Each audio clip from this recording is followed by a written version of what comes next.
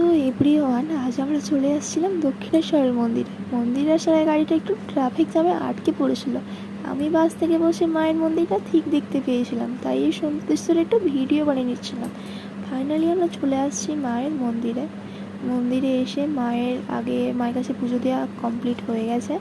তারপরেই আমরা আশপাশে একটু ঘুরছিলাম।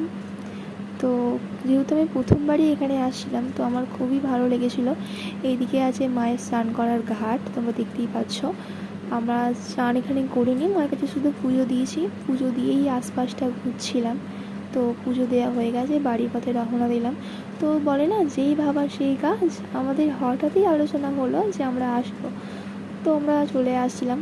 সত্যিকারে বলতে গেলে জায়গাটা খুব সুন্দর, খুব শান্তির জায়গা। তোমরা এখনও কে কে এখানে আসোনি, একবার অন্তত এসে দেখবে, খুবই ভালো লাগবে।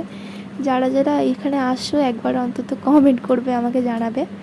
ভিডিওটি যদি ভালো লাগে অবশ্যই লাইক, সাবস্ক্রাইব, কমেন্ট করবেন।